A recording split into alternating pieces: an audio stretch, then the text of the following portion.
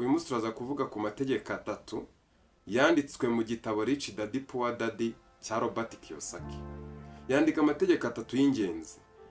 Itegeko rya mbere dusanga muri Rich Daddy Poor Daddy book by Robert Kiyosaki.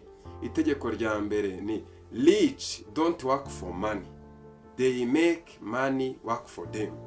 Abakire ntabwo bakora amafaranga, ahubwo batuma amafaranga abakorera.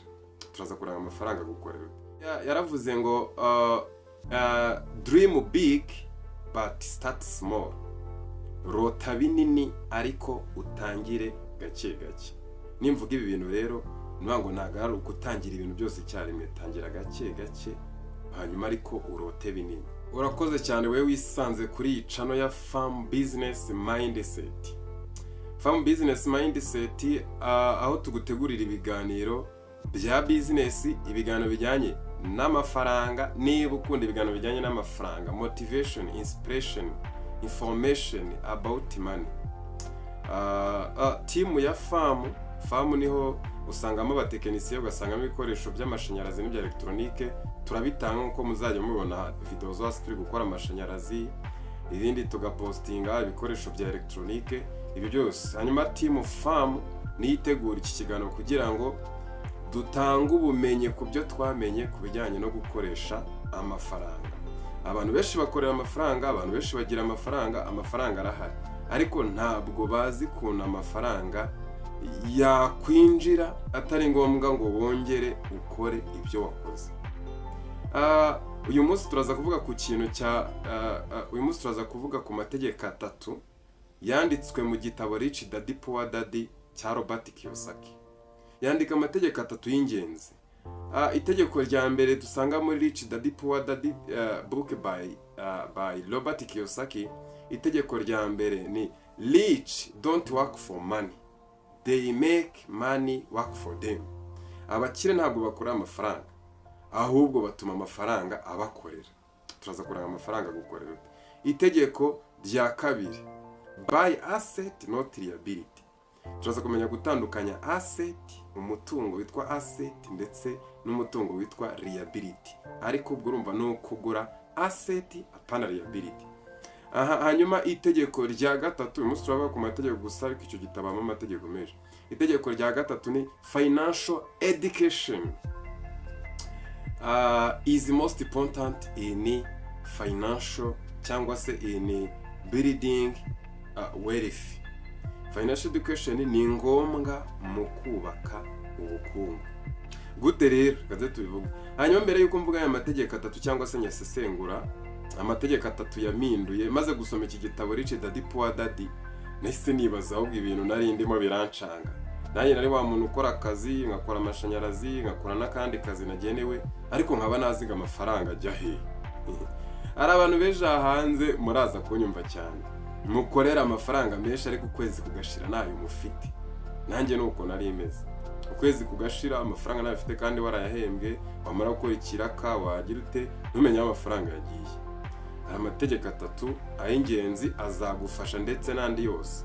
Wakora subscribe, hanyuma ukandika muri comment ijambo tangira, kugira ngo mbagezeho ingano by'ingenzi. Hanyuma mbere yuko mvuga aya mategeko atatu, ndashaka kubabwira utuntu dutatu tw'ingenzi. 3 steps used in success, in successful way.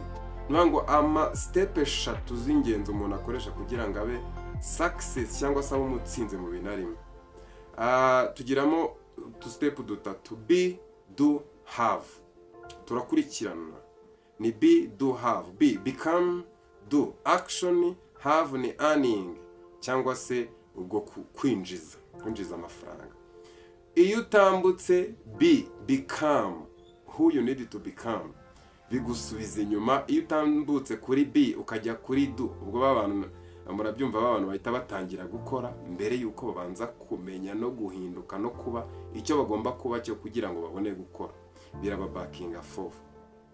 Hanyuma rero tugaruke kuri Rich Daddy Poor Daddy. Ikindi kintu, umugabo w'umunyabiliyoneri w'umushinwa bita Jack Ma, muramuzi, uri co-founder muri Alibaba, mwe tugura ibintu by'ibikoresho biturutse hanze.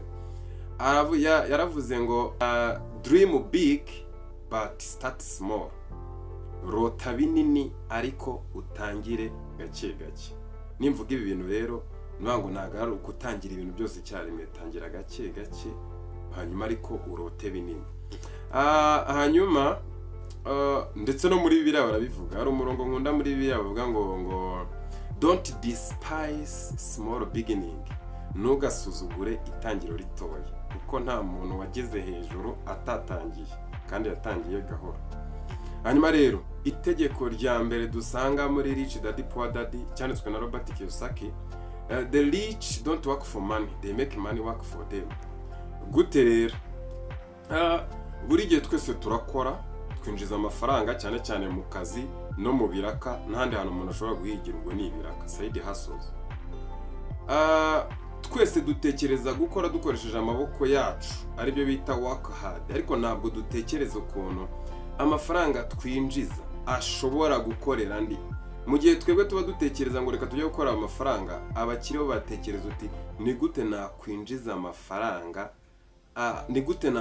amafaranga, nagiye kuyakorera.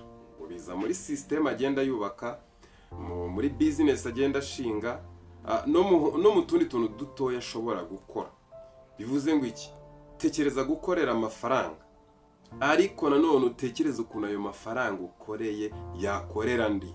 Urugero, ya mafaranga yakoreye ushobora kuvuga uti okay, ndabona ndimo ndinjiza amafaranga ariko aya mafaranga nta kintu ari gukora. Ni iki kintu ushobora gukora ku buryo nshobora kuyashoramo ku kwezi akajya akorera ndatari ngombwa ngo mbe ndaho hantu? Ese waba utekereza ko, ese nubwo tuzinduka tujya ku kazi, waba utekereza ko uramutse ugize ikibazo, abantu mukunda gutega amamoto, ugize ikibazo ukikubita hasi, wari uzi ko ku kazi amafaranga winjiza agahita ahagarara? Bitewe n'iki? Bitewe n'uko umusaruro bagushakagamo urahagaze. Bivuze ngo niba ari abantu bose wagaburiraga, abantu bose bakuriragaho, abantu bose wafashaga, bahita bagira gute? Bahita babura ibibatunga, bitewe n'uko umuntu wakoreraga ayo mafaranga yagize ikibazo kubera ko wahuye n'impanuka. Bivuze ngo ugomba gutekereza, use muye n'impanuka cyangwa mbashije kuba nakiri gutanga aya maboko, izi mbaraga zo mu maboko yanjye, amafaranga ninjiza yagomeza kinjira. Icyo kintu kigomba gutekereza, bizatuma utuma ayo mafaranga ukorera uyashora ahantu wagomba gukorera andi. Niko abakire batekereza. Itegeko rya kabiri ni buy asset not liability. Itegeko rya kabiri ni ukugura imitungo yinjiza amafaranga, apana imitungo isohora amafaranga. Sasa rero asset is anything which can put a money in your pocket. Asset ni umutungo wose cyangwa ikintu cyose gishobora gushyira amafaranga mu mufuka wawe. Hanyuma liability is anything which takes out your money from your pocket. Liability ni ikintu cyose gikura amafaranga mu mufuka wawe aho kuyinjiza. Murumva itandukaniro ry'iki y'ibyo bintu bibiri. Usabwe kugura ibintu byinjiza amafaranga, imitungo yinjiza amafaranga, apana ibintu bigukuramo amafaranga. Yego. Okay, urugero rwa liability. Liability ni ibintu byose ukibigura ku iduka bita bitakaza agaciro. Harimo inkweto zacu, harimo imyenda yacu, harimo bira bintu dukunda byose, harimo n'imodoka, harimo na moto tugendaho, usibye ziriya moto zo mu muhanda. Uguze moto ukayishyira mu muhanda, icyo gihe ntabwo ari liability, ni asset, kubera ko ibiri mirinjiza amafaranga. Ariko uguze moto ukayicara ukajya uyitwara, ihita iba liability kubera ko ikura amafaranga mu mufuka wawe ntabwo yashyiramo. Gute rero aza kuyigura essence, nipfa umukora aza kuyikoresha, nipfa ujye kuyikoresha, nta kindi kintu liability zikora usibye gukura amafaranga mu mufuka wawe. Bivuze ngo ushobora kugira liability z'ingenzi, ariko apana nyinshi z'umurengera ko nta kintu zinjiza mu mufuka wawe. Itegeko rya gatatu tugiye gusorezaho ni iri, ni financial education leads to financial freedom to creating wealth. Itegeko rya gatatu ni financial education, ni kwiyigisha mu buryo bw'amafaranga.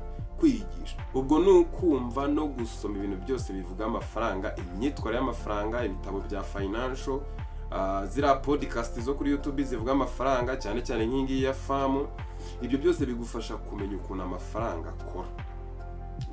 Mbere narabimenya, nanjye naguraga ibintu byinshi, sinite ku bintu bavuga by'amafaranga, ariko ubu ngubu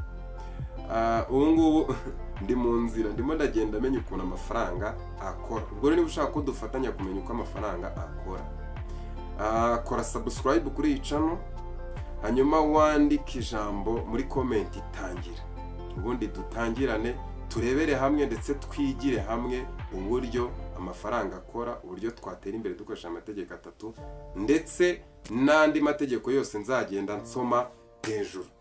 Mwakoze cyane kubana natwe. Umuntu ugeranye nanjye ku musozo, umenye ko uri umuntu w'agaciro. Impamvu tugeranye aha ngaha ni ukubera ko ukunda iterambere. Turashaka kugana kuri financial freedom, ubwigenge mu mafaranga. Niba ugeranye nanjye ku musozo, niba uri mushyashya, kora subscribe, wandike muri comment uti komeza. Ubwo birabimbwiye ngo komeza udukorere ikiganiro kizakidufasha mu Kinyarwanda. Murakoze cyane. Ciao ciao.